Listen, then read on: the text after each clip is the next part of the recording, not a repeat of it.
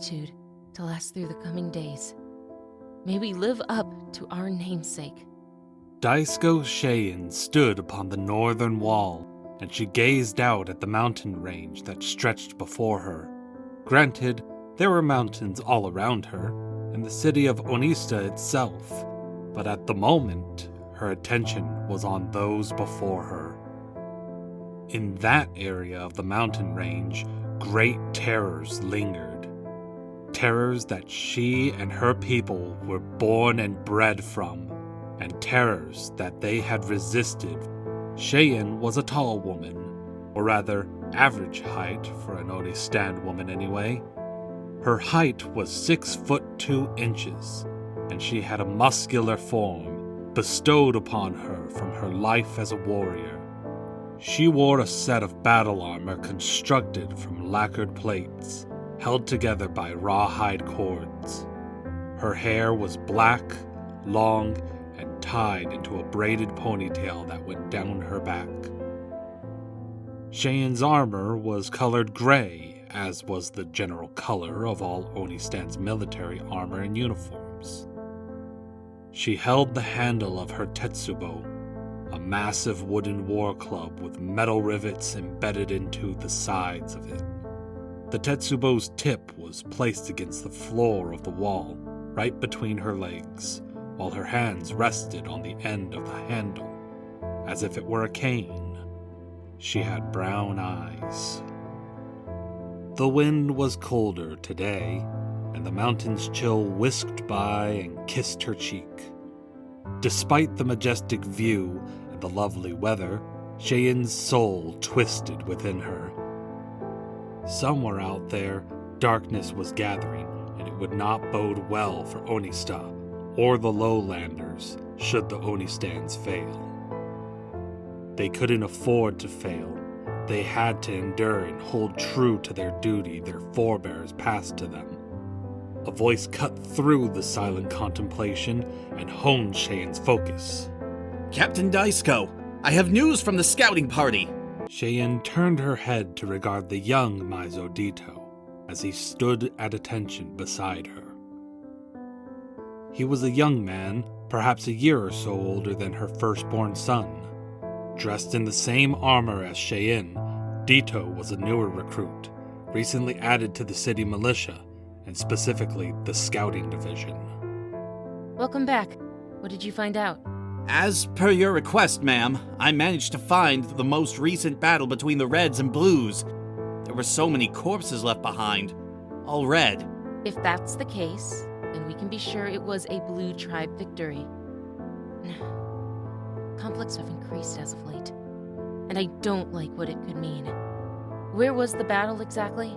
Judging from the destroyed tents and other such signs, I'm guessing that the Reds had established a war camp 20 miles from Onista. 20 miles?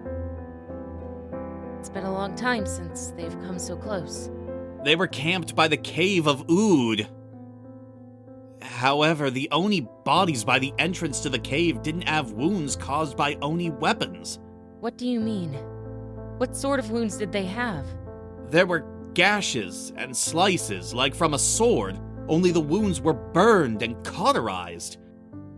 Like perhaps if they were cut with swords of fire or something.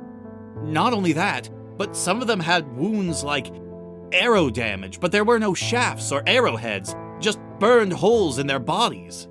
Could it be possible that the Oni have learned some new form of magic?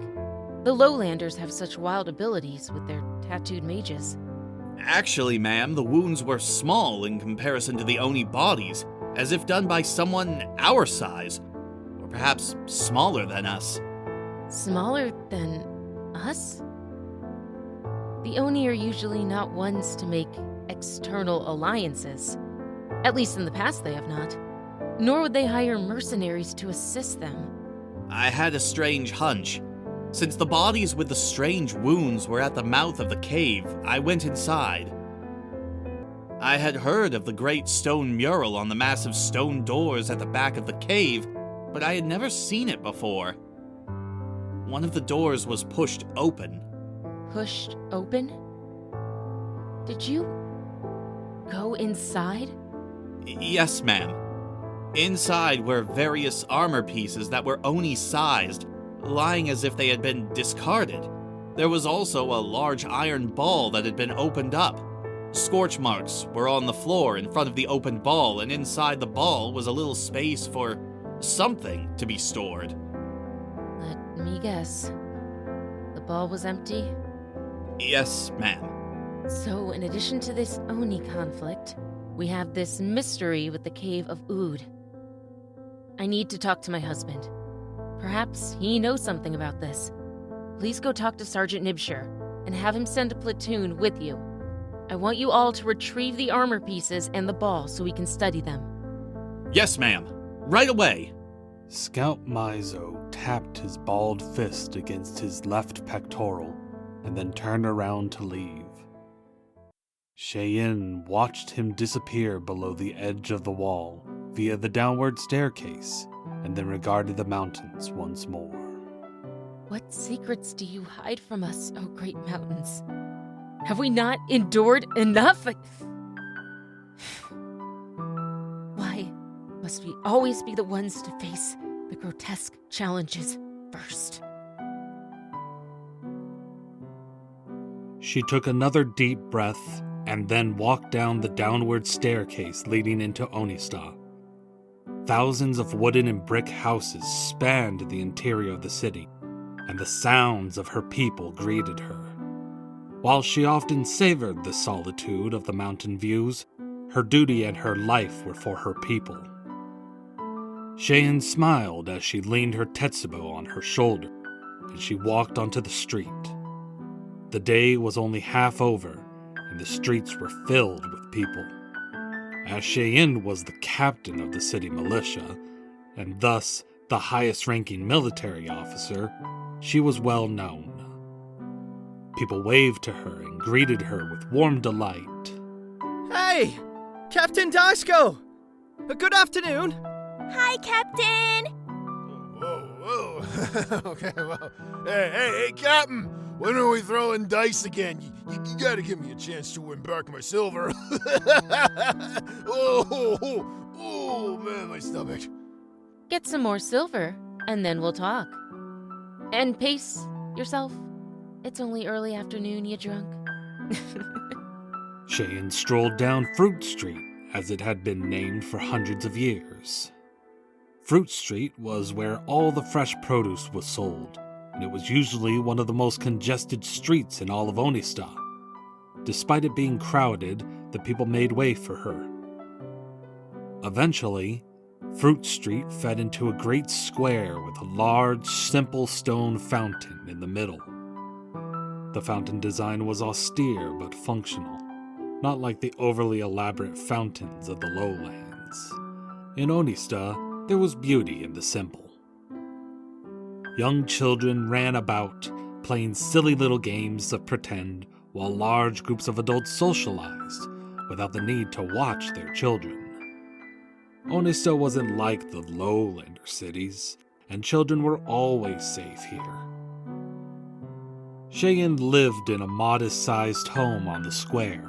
In that home, she had the pleasure of raising 2 boys with her loving and eccentric husband, Nato. It was that eccentricity that might shed some light to the odd mystery of the Cave of Ood. She opened her front door and moved inside. The interior of her home was covered in wooden floors, and the ceilings were about 5 feet above her head. A winding staircase went up the right wall, up to the second floor, where the bedrooms were. There were several large rooms on the first floor. Nato, are you here? Yes, darling. I'm in the study. Shaeyn moved through the home and into one of the back rooms. This room was their study, which was mainly used by Nato. Large scroll shelves had been built into 3 of the walls, and each shelf contained piles of rolled-up scrolls. The last wall had long shelves that contained various artifacts of Oni origin. Some of the more obscure artifacts were art pieces done on vases, a complete Oni war horn, and even some Oni tools. A massive Oni-sized club leaned against one of the corners, but that was just for decoration more than anything related to the study of knowledge. Daisko Nado was a slender Onistan, who never got involved in the city militia. Rather, he delved into lore of their dreaded enemy, the Oni, as well as other myths, legends, and lore related to other yokai, the history of Onista, philosophy, and other such things. Nado's hair was cut short, and it was black. He had gray eyes. Today, Nado wore a set of bright green and purple robes, which looked a little jarring when compared to Shaeyn's armor. In their youth, their courtship had been an odd one, her being the dedicated and dutiful warrior, and he being the strange, scholarly one that often most people misunderstood. To be honest, most others still didn't quite comprehend Nado's eccentricity, but it couldn't be denied that he had become the expert on the subject matter. At the moment, Nado was seated at a large wooden desk in the middle of the study, with a scroll unrolled out in front of him. There were other chairs around the table. I hadn't expected to see you until tonight. Is everything all right, dear? I'm not certain. There are several troubling things that have occurred, and I need to discuss them with you. Shaeyn sat down across from her husband and rested her tetsubo on the flat of the table beside her. Nado gently rolled up the scroll, and then he smiled at her. If there's any insight I can provide, I'm more than happy to do so. I can always count on you. Firstly, there was another battle between the Reds and Blues. There have been skirmishes in the past between the two tribes, but as of late, there have been full battles between them. What could this mean? If what you're saying is true, and there are more direct battles, it could be another attempt at unification. Unification? But the two tribes have always been in opposition of one another. Not always. There have been 2 incidents where the hordes were one, and both times, Onista nearly fell. It is to my understanding the Oni, both red and blue, have legends about a mystical leader who has the ability to unite them. The Purple Oni. A purple Oni? Maybe. Or maybe multiple Purple Oni? The legends are not clear, but even our ancestors warned about the coming of the Purple Oni. But our scouts have found signs of bloody battles, where one side is defeating the other and then eating the enemy dead. That is not unification. Ah, but it is. Like us, the Oni are societies of strength and toughness. For them, it's more strength and prowess on the battlefield.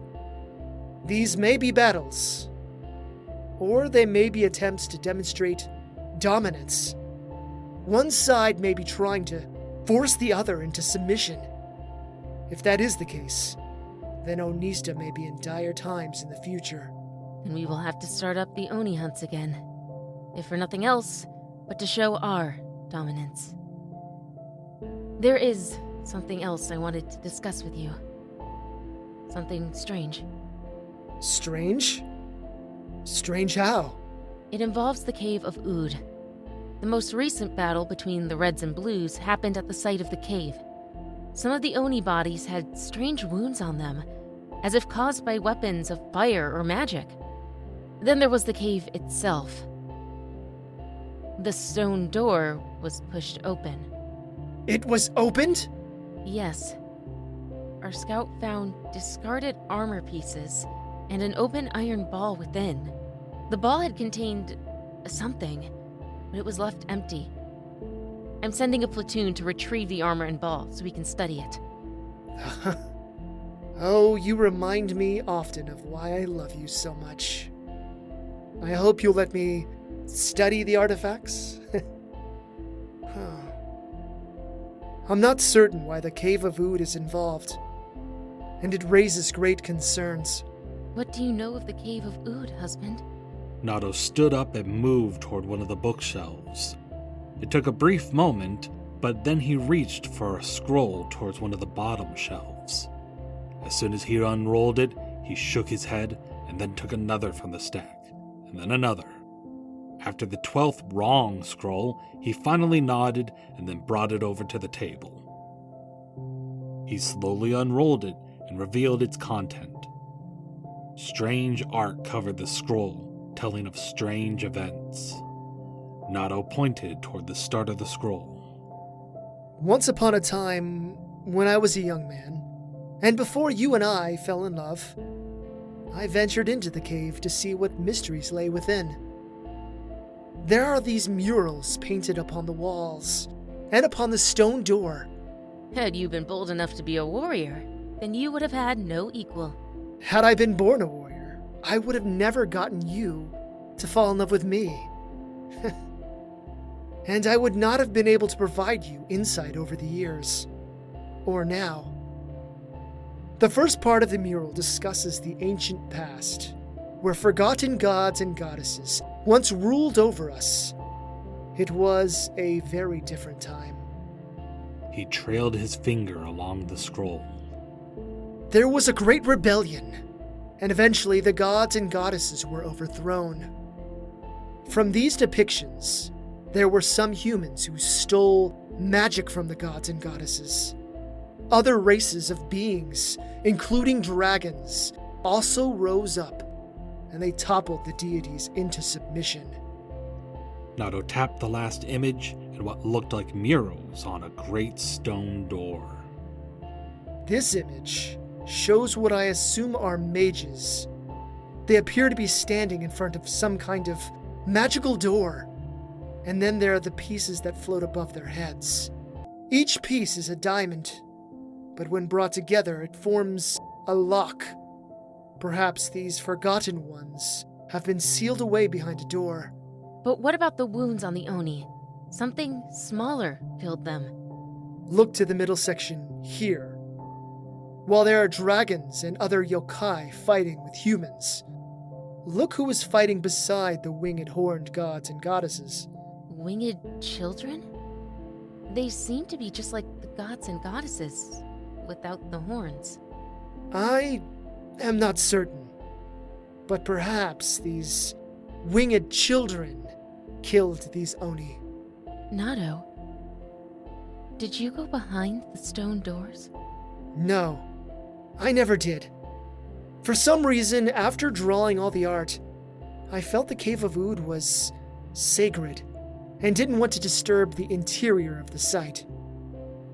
I can only fathom what the armor belonged to, and that something probably would have killed me outright. This isn't funny, Nato. This is serious. Are you telling me I have to worry about magical winged children in addition to Oni? Did they escape the cave? Or did they come here to get something? To be honest, darling, I doubt we'll even see the winged children. We have nothing like what is on the mural as far as I know, and there's no reason to come here. As for what was in the cave, I bet it was one of the diamond pieces. We'll know for sure once we examine the iron ball with the open space in it. Why in Saito's name must we always stand against the worst the universe has to offer? Haven't we suffered enough without more dreaded nightmares coming against us? It's not fair. Can't we be happy for a change? Nato rounded the table and he wrapped her in his arms. He kissed her on the cheek and then pressed his forehead against hers. You said the same thing when the Chutar stole Nori from us. We will get through this. No matter what, Onistans endure. We will overcome, as we have done for the last 1,000 years. And no matter how it ends, beloved, I shall be here with you to see destiny unfold. Nori. He's supposed to finish his training soon, if he hasn't already. Do you think the Lowlanders were nice to our baby boy? Do you think he's okay? Of course I do. And do you know why? Because he is our child. Because he has always been strong. But mostly 'cause we Onistans always endure.